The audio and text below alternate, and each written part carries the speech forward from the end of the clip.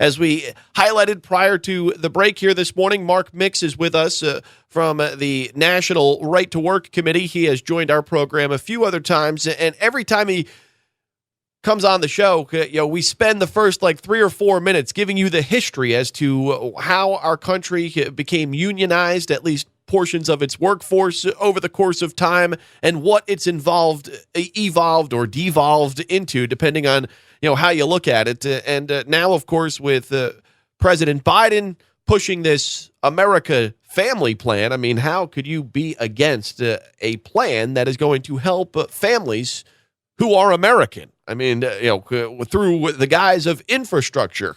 Never forget never mind cyber attacks on energy infrastructure, raising gas prices through the roof, all those sorts of things to protect and improve our infrastructure. Little sliver of the American infrastructure plan investing in families has anything to do with actual infrastructure, but, well, how can you be opposed, once again, to investing in families who are American? I mean, right, Mark? How could you be opposed to such a thing? That's right, Joe. It's like clean air, clean water, American Family Act, those types of things that the government basically increases its power over all of us, including the American family. And we're getting a whole lot more of that under the Biden plan to spend literally trillions of dollars. $2.3 trillion is what they planned. We haven't seen the legislation yet, but the bill has lots of things that are you and I would consider not infrastructure, to your point. But one thing that's definitely in there is giving union officials more power over workers in this country and more power over taxpayers in the country. It's in there. Well, and with that, Mark, when we talk about unionization, there are about 6 million union members in our country, many of who belong to public sector unions, teacher unions, very influential, as we know now, based on reports surfacing surrounding their chicanery with the CDC and reopening our schools. Unionization has its place, and maybe if these unions offered services related to collective bargaining for its employees, maybe more people would be open to this idea of unionization among employees in our country. Instead, they use government force to take choices away from workers, and that's where I think a lot of people run into this rock and a hard place here as to why they have such influence. If they're just 6 million members of the tens of millions in our workforce, why do these unions have such influence over our lawmakers? Well, because they have the power of force and compulsion that was granted way back in the 1930s, as we've talked about before, Joe. This is a really kind of interesting and unique power that's granted to a private organization.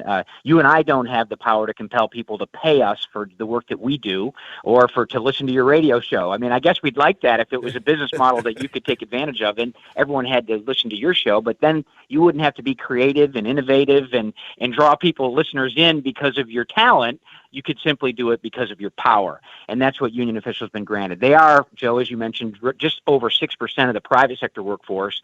And interestingly enough, today in America, there are more government union members in this country than there are private sector union members.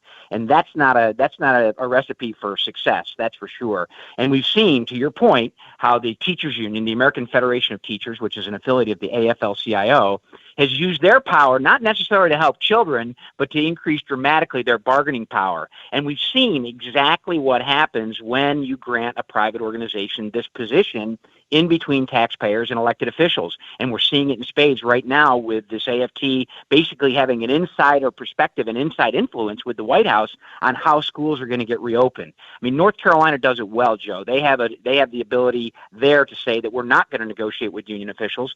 Any worker in North Carolina and the government can join a union if they choose to do so, but the legislature is not required to bargain with them. They can listen to them, they can be lobbied by them, they can do exactly what you and I can do to redress our government, but they have no power that's extra to what we have as citizens of our country and of your state in North Carolina. I mean, it's really amazing they've been granted this power. Well, and with that said, there are efforts in Washington, D.C. and by this current administration to rid some of these states of their ability to keep the unions in their place, as the way you described it there, through what is known as the PRO Act legislation that I'm hearing more and more about, that is being discussed on Capitol Hill. Not only would this, again, be detrimental to the ability for the states to operate freely and through their own ideas, but also it would cripple the independent worker out there, including myself. I mean, we're talking about millions of people that would be losing jobs, and employers who have a unique relationship with these individuals in how they work out different deals through the 1099 way of life. Yeah, that's absolutely right. And interestingly enough, Joe, that PRO Act that you speak of has already passed the House of Representatives with no committee hearings, no testimony, and it's on the Senate floor as a standalone piece of legislation. But the president's also included that in the his instructions for the so-called infrastructure bill, and it's part of that process. And so we're keeping our eye out on that. And the PRO Act, to your point, first and foremost, it would repeal all the right-to-work laws in the country, the 27 states, including North Carolina, that have those laws on the books today. And it would go back to the federal imposition of forced unionism across the entire nation. Secondly, to your point, it would impose the so-called AB5 language that came out of California that was so bad, Joe, that even the Californians had to go in on a referendum, Proposition 22, in this last election, and reform it, because it literally put freelancers and gig workers who had, by choice, were providing these services to employers and doing things and working for lots of different employers, put them out of work. And to your point, the gig and freelance economy in the country is growing and growing and growing. Think Uber and Lyft, think journalism, think those types of things that people are doing that are going across platforms. That would be eliminated under this AB5 language that would be imposed by the federal government across the country. And finally, although there's a lot more in the bill, there's instructions in the PRO Act to make sure that states bargain with unions over government employees. This would be federally imposing union bargaining on state employees and local employees in states by federal decree. I mean, paying attention to this stuff is getting awfully hard because it shows up everywhere in this new Biden administration. And isn't this just overall an effort to create a more centralized and powerful federal government to take these sort of decision rights away from the states, in which this country was founded upon for the purpose of being able to push ideas like they did in California, as you just mentioned, and then if it doesn't work, other states say, all right, well, it didn't work in California, why would we go and implement it here? Isn't this the purpose of how this nation was created in many ways? Yeah, that's exactly right. The federalism of the founders in the Constitution understood that the states would be the experiments and states would do these types of things.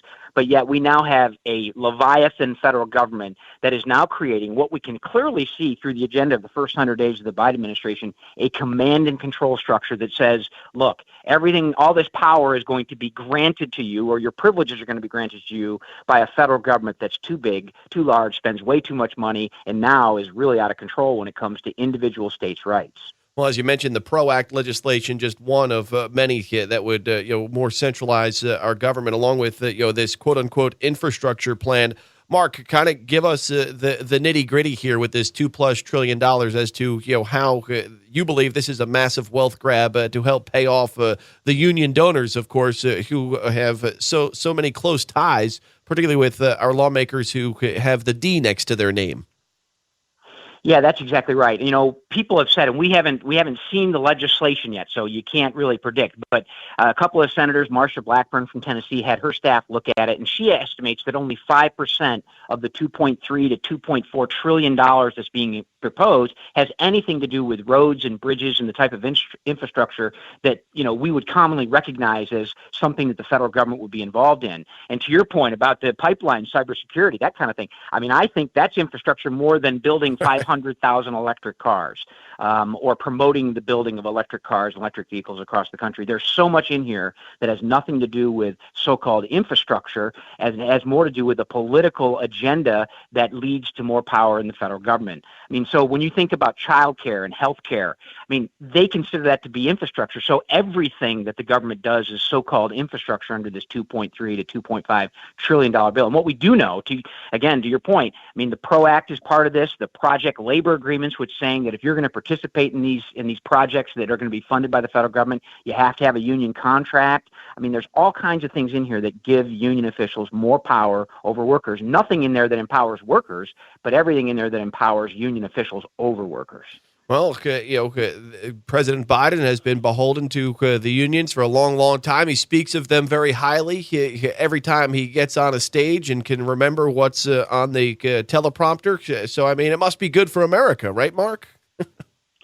Well, that's what he would think, and he has this set rhetoric that he talks about, but he disregards 94% of the private workforce that make the country run. I mean, that's what his agenda is all about. He's saying that if you're not part of the 6%, you're not part of America. You're not part of the American exceptionalism. Well, I don't know if he believes that or not. It really is getting frustrating. Just the other day, we found out that he waived the ethics obligations for union officials so they could come into the government and start working immediately. Within one of the first executive orders he signed was this Executive Order 13989 that said, you can't work for government if you've worked for somebody who's lobbied government for the last 2 years. Well, guess what? A couple of union officials are now on the job because they got waivers for these ethics requirements that are imposed on everybody else. I mean, it just gets really ridiculous when you start looking at it and totaling it all up, Joe. Mark Mix is the president of the National Right to Work Committee, and I think that last statement says it all. In that you were, and for a group of people that are always using the bullhorn to talk about the evil 1% in our society, they sure do have their winners and losers that they like to pick and choose and help out every once in a while when they have the power. No, when you talk about just 6% of the workforce getting much of the benefits here, when we talk about who makes out from these massive government spending plans? Yeah. Well, and frankly, I give too much credit to union officials because there's a huge divide between union officials and their ideologies, their philosophies, and the rank and file workers that they claim to represent. I mean, literally, the Irish Catholic steelworker from Gary, Indiana, is not supporting, the end of the Keystone Pipeline. A lot of those pipe fitters and operating engineers who were working on the pipeline are on the unemployment line because of Joe Biden is for the quote unquote unions. Yeah. He's for union bosses and their agenda of climate change, not for rank and file workers who are trying to put food on the table for their families. And what about, we all invest in public education in our country, whether or not you have school-aged kids, and that might be debatable as to whether we should be doing that or not, but this is the case where we're at. What about the teacher unions? Obviously, they yield a lot of influence and power over the politicians that are making decisions from the highest levels of our government, even to the local school board. Yeah, absolutely. And I mean, it was just the other day, the president, Randy Weingarten, who is an extreme radical from an ideological standpoint, was on the news talking about the CDC issue where they were instrumental, and I'm using my finger quotes here, they were lobbying the White House and the CDC about the new regulations about when schools were going to reopen. And, it was almost like when you watched it, like she was this educational czarina sitting there saying yes with a thumbs up or thumbs down whether or not the school is going to reopen. I mean, what about parents? What about citizens? What about taxpayers? What about local elected officials and school boards? Well, that decision now gets made in the headquarters of the American Federation of Teachers and the White House office that's listening to them for their advice. And so she sits there with, she was asked, will the schools open in September? And she says, yes. I mean, who in the world is this person, and why in the world would they have the type of power they have except for this government grant of monopoly power that gives union officials control over, unfortunately, our schools? And it's a real mistake. President Roosevelt knew it was a mistake back in the 1930s when they imposed forced unionism across the country on the private sector workforce. He was asked, should we unionize government? He said, no, it's unthinkable we would do that. But yet here we are where a union official sits there and basically decides whether or not the schools will be opened or closed for our children. Mark Mix with us here this morning, and on that note that you made mention of a minute ago, as far as the ethics waivers go for ex-union officials, the White House defending that stance just yesterday with the White House press secretary Jen Psaki saying that these waivers for ex-union officials are, quote, in the interest of governing, whatever the hell that means. Yeah, they're in the interest of the American Federation of Government Employees, where their political operative has now been given a waiver to get into the Office of Personnel Management. I mean, I don't know. Hypocrisy meter, Joe, is off the track. I mean, on both sides, frankly. I mean, right. It really is unfortunate. But, these guys are about taking power and using power, and they are good at it.